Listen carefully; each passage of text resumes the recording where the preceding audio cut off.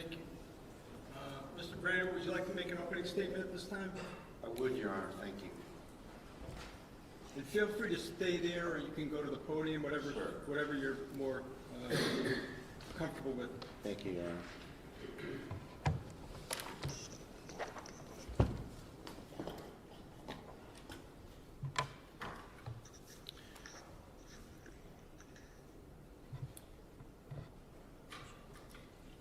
May it please the court. Yes, please. Counsel, ladies and gentlemen. Kelsey, no. Kelsey, no. You don't say that when you're staring at the muzzle of a gun pointed at you. You say that to a person who has a gun to their head. And you don't shoot someone in the chest when they are seeking clearly to only harm themselves. And when you do that, you quickly realize, Your Honor, that you need to adjust the narrative to save yourself. That's what this case is about, Your Honor. On June 30th, 2025, Ms. Fitzsimmons' entire world imploded, was destroyed, when her fiancé, Justin Elaine, obtained a restraining order behind her back with unchallenged, untested allegations at the Essex Probate Court. And he took away, at 4:30 in the afternoon, took away custody of her 4-month-old Caden in an ex parte fashion.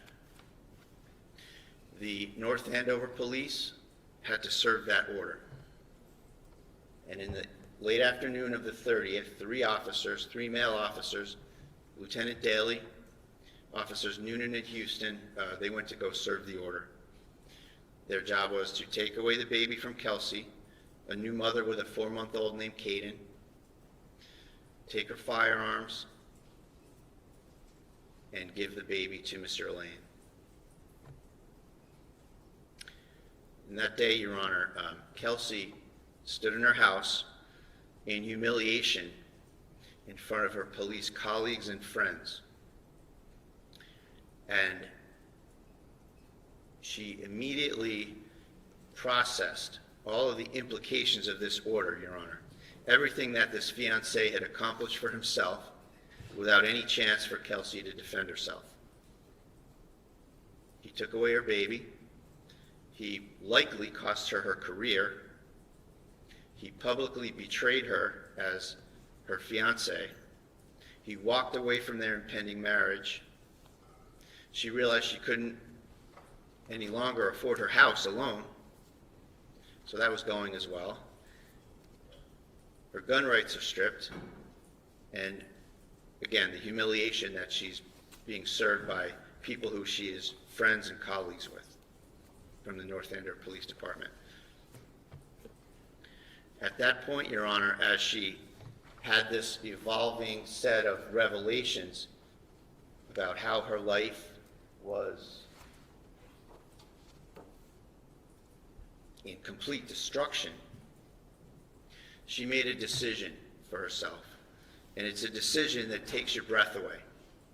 It's a young mother who just minutes before they got there thought she had everything going for her, going back to work. She's on the schedule for July 3rd to go back to work. She decides to end her life with her firearm in her bedroom. She knows her firearm is in her bedroom, and she tells the police something else. She tells them the guns are in the basement because she doesn't want to involve them. The idea of harming them, the evidence will show, is ludicrous. The evidence will show that she's trying to get them away from her, Your Honor. She tells them the guns are completely in another location in the home. She's told that she needs to pack a bag for the person that's taking her baby away. So she has to walk around the house, pack a bag for Caden. She has it in her mind the evidence will show that she doesn't want them around for this event, this horrible thing she's going to do. She goes upstairs to pack the bag, Your Honor. Officers Houston and Noonan accompany her upstairs. She keeps, several times, she gives them items to have them go back downstairs with. She hands them baby seats and clothes and books and thereabouts and says, take these downstairs, please. You'll see that evidence, and as a fact finder, you will see that that's evidence of her state of mind, that she has no desire to harm any of her colleagues and friends. She's got no motive, she's got no reason to, and her actions are completely inconsistent with that. She's trying to get rid of them so she can have a minute in her room, not to do things that every young mother might want to do, but to get her gun and kill herself because her life's over in her mind. So at that point, Your Honor, her apparently what was later learned to be her mom comes in the house, and she's understandably upset. She's saying, how can you take away a baby from their mother?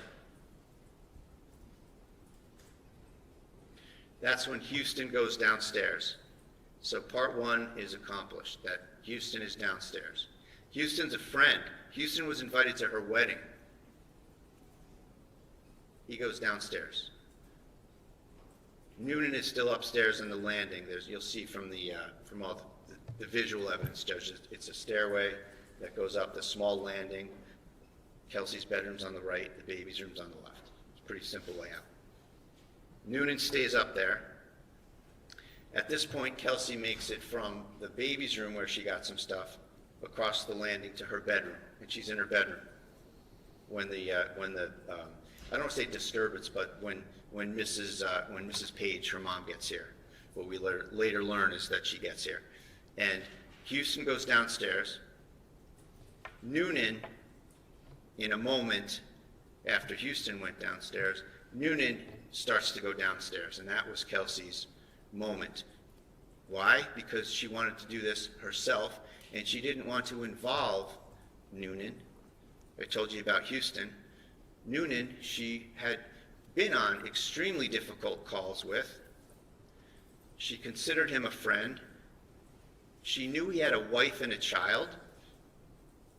Zero motive, the evidence will show, for her to ever want to harm this gentleman. She's alone in the room. Noonan's down the stairs. She reaches into the corner and picks up one of her handguns.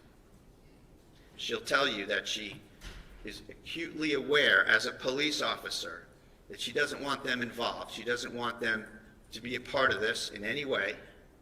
She keeps the gun close to her stomach area and walks over to an open spot in the room. She raises the gun to her head. Noonan is not even back in the room yet, Your Honor. So I don't want you as the fact finder to be looking for evidence that, well, maybe she swung it in his direction when he was coming in. Maybe she was pointing it at him at some quick transient time. That's not the case at all, Your Honor. That will not be the evidence. The evidence will be that Ms. Fitzsimmons had the gun to her temple,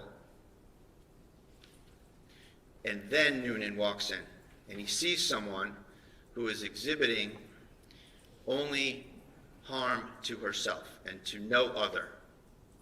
And we've discussed this pre-trial, and there'll be some evidence and discussion and cross-examination, Your Honor, about the Code of Mass Regulations that we discussed as it relates to, or doesn't relate to, Noonan's state of mind, Your Honor, that he's, as a firearms instructor and a SWAT team member and a former Lawrence police officer as well as North Andover, he knew or should have known that he was in trouble, that he was in violation of that CMR, the Code of Mass Regulation that I just mentioned. And he knows he has to adjust the narrative, Your Honor.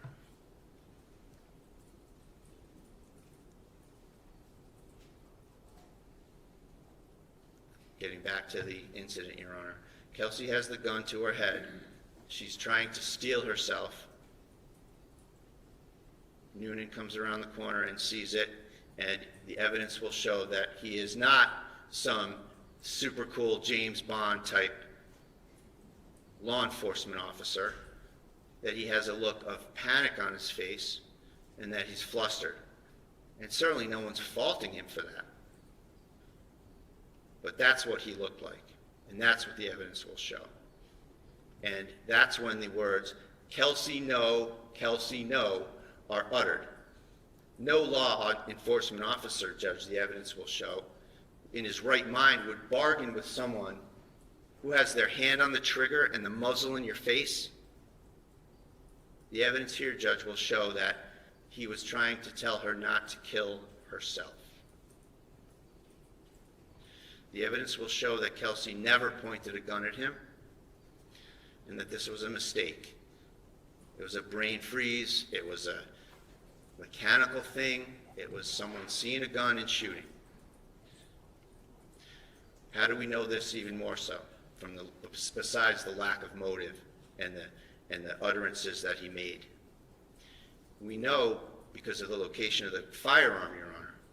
The firearm, when Kelsey was shot in the chest and went flying backwards and landed on her back, and Daly will tell you that she's on her back. The gun was under her leg. If Miss Fitzsimmons is pointing the gun at Noonan, and falls backwards, how does that gun swing around and get under her leg if she's pointing it the way Noonan says? The evidence will show that's not consistent with the laws of physics. It is, however, consistent with somebody holding the gun to their temple, so it's already to the side of your body, if not behind you when you go flying. So the location of the firearm, the evidence will show, is also consistent with what Kelsey says happened.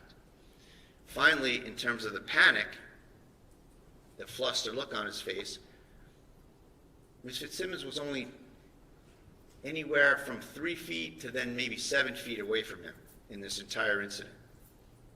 And that might be where the view comes in, Your Honor, the room. And he missed her in the first shot. He's a firearms instructor. He's a SWAT guy. 25 years, he misses someone from 3 to 7 feet away. Hits the air conditioner. That's panic, Your Honor. That's not cool, calculated action. That's panic.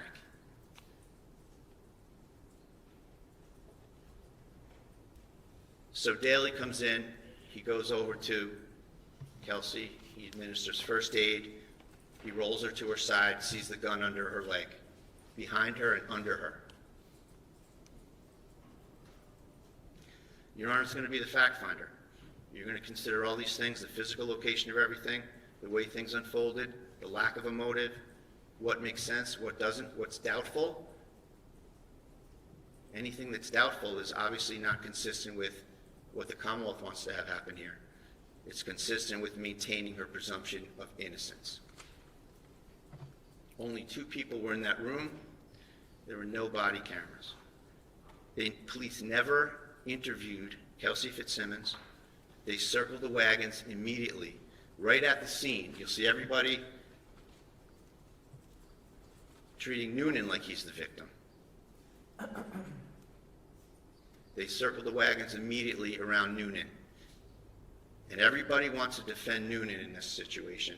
And no one even took a minute to think about whether Kelsey may have a different take on things, may have something different to say. Why? Why did they ignore Kelsey and circle around Noonan? Probably millions of reasons for the town. Millions of reasons. Ms. Fitzsimmons will tell you, Judge, she served orders herself. She served restraining orders. She's a delivery person. No one's going to be going after a police officer, no less someone that she knows, cares for, and has made repeated actions to get them out of the room. She will tell you, with some indignation, I suspect, that she would never point a firearm at a fellow law enforcement officer. So for all these reasons, Judge, as the fact finder, I request, I ask you, and I trust you to well and truly try the case, and I am confident that after the evidence is in, Your Honor will find Ms. Fitzsimmons not guilty. Thank you.